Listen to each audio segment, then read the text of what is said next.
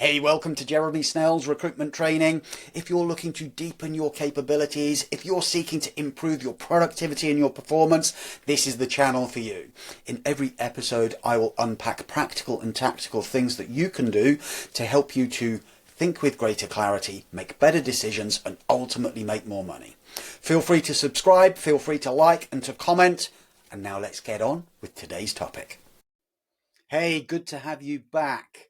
And look, I guess by me saying that, there's some kind of an insinuation from me that you've been here before.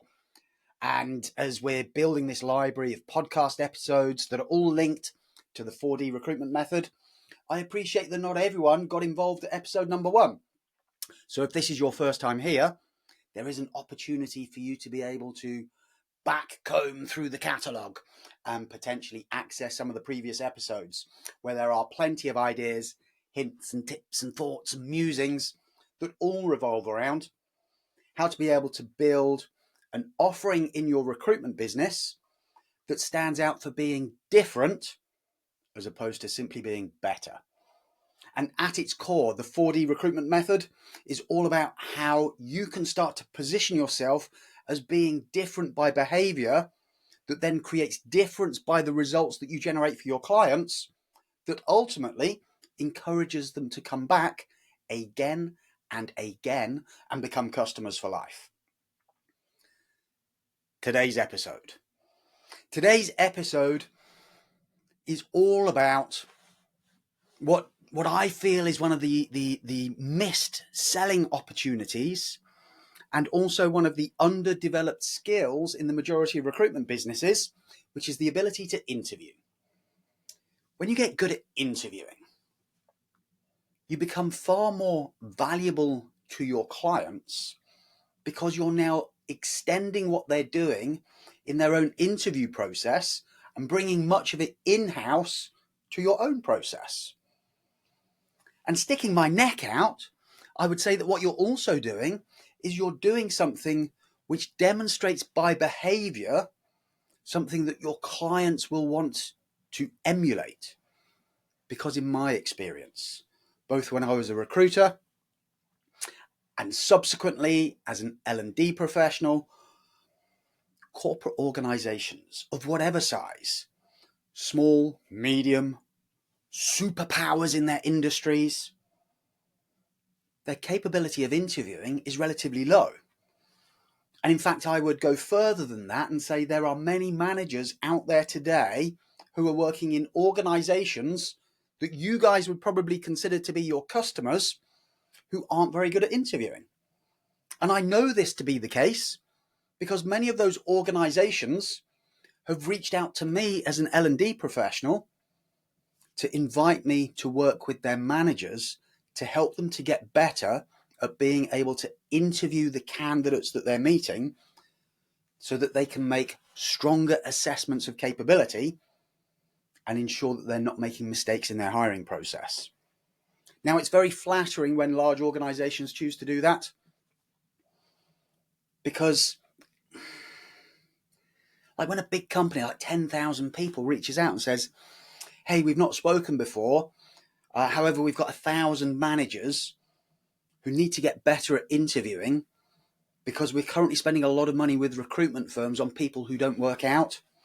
And because these people aren't working out, it's increasing workload for managers and it is delaying some of our engineering projects.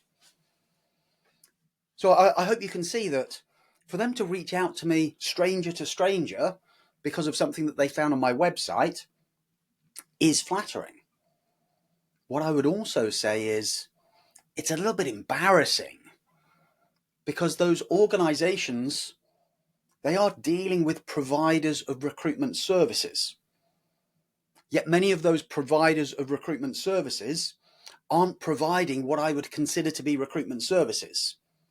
They're providing CV filtering and scraping services as opposed to recruitment services. So if you want to start to become different, and I hope you're getting the theme here that difference is so much better than better, because when you start to become different, you're no longer compared to the majority of others out there who on the face of it do the same thing. And this is one of the challenges in recruitment businesses, right? Prospects, clients, they all have this picture in their head as to what you do, and therefore consider everybody who is a provider of recruitment services to be so similar at their core. They don't really invest any time in understanding what do you do. They spend more time talking about things like terms, conditions, rules of engagement, because the underwritten assumption is underneath the bonnet, guys, you're all pretty much the same. Logos to one side. Actually, what you do going from A to Z, pick up some work, fill the work, in their head, you're all doing the same thing. So I would consider the skill, the competence of being able to interview a superpower for recruitment businesses. Like, just picture for a moment that moment when a prospect says to you, whoa, hang on a minute. We already deal with quite a few agencies.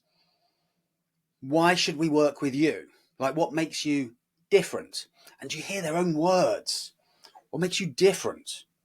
Not what makes you better. What makes you different? Why should we work with you? And that's where some people hesitate, because they've not really considered differentiation.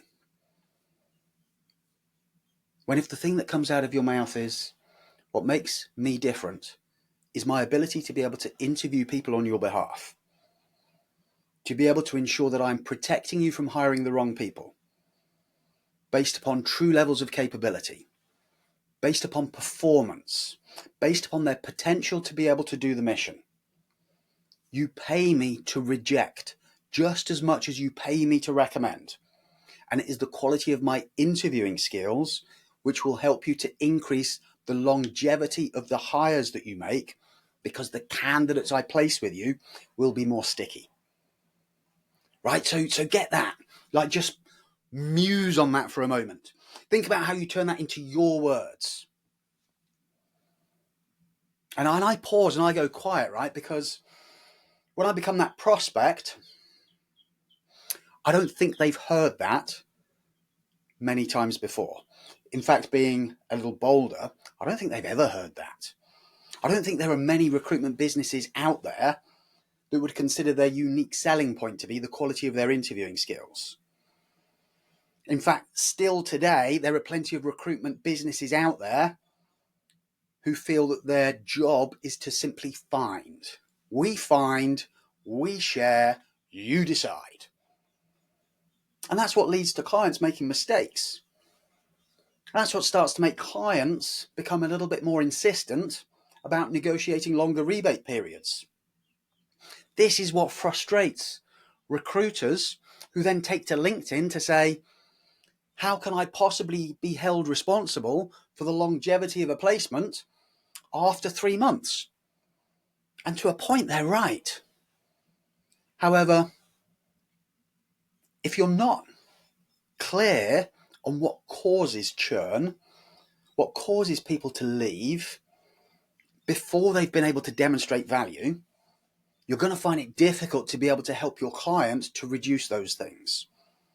So the client gets fixated on symptom, which is people leaving, and doesn't pay enough attention to cause, which is quality of assessment at the point of recommendation, whether that is the recommendation of the agency or the internal recommendations of one hiring manager to another, who may accidentally say, hey, you'll really like this person because he reminds me of that guy Steve who used to work here and he was really good.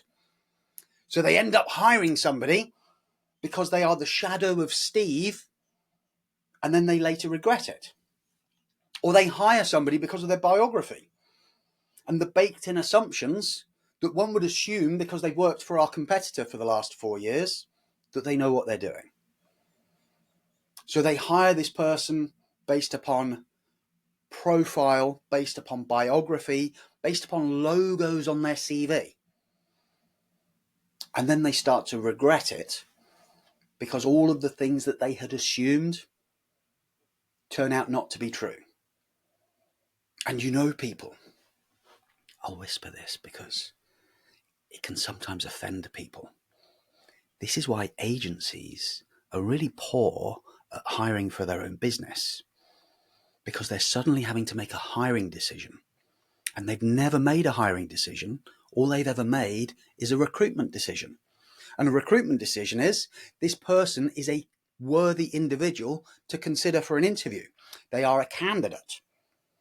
They meet the basic criteria. And compared to others I've spoken to, they meet the basic criteria in greater abundance. And having fully assessed things like salary expectations, willingness to travel, and flexibility, I see no reason why they would turn it down. So the recommendation is made, the client then meets, the client does a biographical interview, allows bias to kick in, makes a poor decision, and then the individual leaves in 7 months. And the client is left thinking, agencies are a waste of money. And in that moment, they're 100% right. Until they meet a recruitment business who knows how to be able to interview effectively. Because if I look back over the last, I don't know, let's say 10 years, I can count, I'd have to go to both hands, right? But I could count on both hands, but I wouldn't have to take shoes and socks off to do the counting, right? So it's definitely less than 10. There have been less than 10 occurrences where a business has asked me to specifically train people in their organization on how to interview. That number increases significantly when we start to look at the ability to control a candidate. We need more candidate control, right? There's this perception that control is where the money is and interviewing is a fluffy thing. And there are plenty of specialist recruitment businesses out there who invest more time in what they call qualification, at best screening, and very little attention is paid to interviewing. And I know this because the work that I do with consultants that revolves around helping them to become more efficient and more productive, we often look at the quality of their onboarding of candidates, the quality of their interviewing, and there are significant gaps. So they end up qualifying a candidate based upon a job description where the job description says minimum 3 years experience of insert X. And they then talk to a candidate and say, how many years experience do you have of insert X? Great. And where did you do that? So they apportion the experience to periods of time in their CV, qualify that the candidate meets the minimum criteria of 3 years, get a bit giddy if it's like 4 or 5, because now it feels in greater abundance. There is a stronger argument for the client to hire them. And then they start to investigate things like flexibility, salary expectations, willingness to travel, and dare I say it, where else are you interviewing? As if the answers to where else they're interviewing is going to make a difference in terms of the client's willingness to offer them the job or the candidate's willingness to accept one if offered. So the core message from me, people, think about the interviewing that you do of candidates. Start to call it an interview to yourself. Not I've qualified this candidate, not I've screened this candidate. I've interviewed this candidate. And the things that I would want you to think about interviewing people for: skills, capability, which is how they turn skills into results. They may have the skills, they might be a developer who can use .NET as a programming language, but they may not have the capability to actually turn it into a functional product. But they've spent 3 years proving that they're shit at it, which is why they're choosing to move on. Because somebody else has discovered that they're not as good at it as they originally thought. So capability is the conversion of skill into results. And according to what your client is looking for, capability requirements vary because it's linked to the enormity of the mission. So if you're not applying D number 1 in the 4D method, good quality discovery, You'll be missing things from your end client as to what they actually need in terms of capability, because perhaps you've been overly focused on skill, which then means when you apply D number one to your conversations with candidates, you're not discovering their true level of capability because you don't have anything to anchor it to as a comparison. So when you fully understand the mission that the client has and the level of capability that's required, qualification of candidates, screening of candidates is no longer fit for purpose because the client knows they've given you the mission. And therefore the client is expecting to meet people who can do the mission. And clients will regularly meet people who on the face of it look like they can do the mission because they've got the basic criteria, 3 years experience and the right qualifications and working in roughly the right environments in terms of sector or products. And then they meet them and you get crappy interview feedback because they say they look good on paper, but they just weren't the right person. They got beaten on the day by somebody better. And they can't communicate it in any more depth because they'd never really consciously thought about what is the mission. So what am I looking for? So they find it difficult to give feedback on something that is ill-defined. And recruiters get frustrated, even though they started that process by having an ill-defined job, an ill-defined level of qualification of a candidate, to then receive ill-defined feedback on people who get rejected. So when you understand the relationship between skills and capability, it starts to become more apparent why we need to pull from the end client what is the true mission. And there may be attributes that we need to interview for. Those personality traits, those learnable things that take time to learn. Part of which comes with maturity, and maturity only comes from learning from your experience. So as we get better at interviewing for attributes and soft skills, we're more likely to find people who have the right attitude to be able to deliver the mission because the attitude and the capability combine together to create the results. The years of experience matters little. And in fact, there are plenty of people out there today who allegedly have 5 years experience, according to the recruiter. But if I interviewed them, I reckon they have 1 year's experience multiplied by 5. And I could introduce you to loads of recruiters who are in the same place. They think they've got 10 years experience of recruitment. But they don't. They have 5 lots of 2 years because they are doing nothing different to any better level of capability than they were in their second year. They're just replicating the same thing over and over again and mistaking tenure for experience. So when we get good at interviewing people, and we can interview for skills, we can interview for capability, we can interview for attributes, we should then be able to interview for motivation. What gets this person out of bed in the morning? Why do they choose to do what they do? And when you match the right motives with the right journey that's available in the end organization, contract or permanent, it becomes stickier. And then when we assess motivation to accept, and we dig past all of the fluff and all of the flannel that is the insipid answers to questions like, why do you want to leave? And they say, because I'm looking for a new challenge. And the recruiter writes down new challenge and gets all excited because that's a really positive thing to sell to the client. Yet who really has been in the same company for 4 years and then got up and decided, you know what I need? I need a new challenge. Went to work, realizing that suddenly they need a new challenge, and then boom, in their inbox on LinkedIn, there's a new challenge. And it's paying a bit more. And it's in a different organization where I'm less known. And although I have 4 years tenure here, I feel that that new challenge is exactly what I'm looking for, so I'm going to respond. I don't think it really works like that, people. But I think too many people take that lip service approach.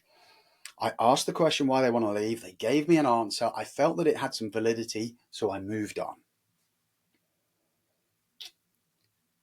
And if we understand their motives, we understand their drivers, we're matching the right people to the right timelines, we're helping to create stickiness, we're ensuring that they can do the mission, We're ensuring that they've got the right attitude so that they start to stand out in the team that already exists. And we get better at assessing the threats, the potential roadblocks, the deal breakers, and we assess them early so that we can deal with them properly. All that's left is for us to assess potential. What potential does this person have? Who do they desire to become in a couple of years? What is the opportunity that really exists in this business to help them to be able to become that? And again, let's make sure that we unpack that properly so that we are finding true potential rather than the words they think we want to hear. And then we've got 6 things that we're interviewing for, people. 6 things that don't appear in the typical training in a recruitment business on how to qualify a candidate. And therefore, part qualified candidates get put forward to part qualified jobs, and therefore part qualified processes get managed, which ultimately creates a degradation which delivers to the typical recruitment business a 25 to 30% fill rate. And that business appears to be happy enough with it, but quietly they wish that they could find more clients, better behaved clients, clients who appreciate what they do, without looking at the core to think about what actually do we need to improve so that we can start to create a different experience for our customers, because we're starting to behave differently in our approach to our job, and we're starting to see the true essence of where value is created. So folks, you may feel as though you're already on that interviewing horse and you are galloping down the track on a journey to getting better at that skill so that you become different with your clients. But I think there'll be a few of you who are listening to this thinking, maybe I need to take a step back, reconsider the difference between an interview and qualifying a candidate, and from that start to look at how do I reposition with myself what I'm doing so I can start to turn it into a value proposition so that I become different in the way that I communicate my value with the prospects who perhaps in the past have been ignoring me. Because when I can start to show them these are the symptoms that you're likely to experience of poor interview process, of poor interview qualification, of poor investigative questions to truly identify the skills, the capability, the attributes, the motivation, the threats to hiring, and the potential of a candidate. And if these are the symptoms that you recognize, then at root cause, this is the problem, and that's why you should work with me. So as we build out this portfolio of differentiation in the 4D recruitment method, it'll become easier and easier for you to be able to win the business that you want at the terms that you desire, and to have happy customers who keep coming back for more. And the proof of the pudding, those customers will become one of your stronger business development channels, because your customers will start to help you to find your next customer, because they can't help but talk to other people about the experience that you've created. Hey, thank you for watching. If you want to continue to get access to more high quality training and coaching ideas to help you to stay inspired as a recruiter, make sure that you like, make sure that you subscribe, and check out the description below for relevant links to tools, frameworks, and other ideas to keep you moving forward. And I look forward to seeing you on another one very soon.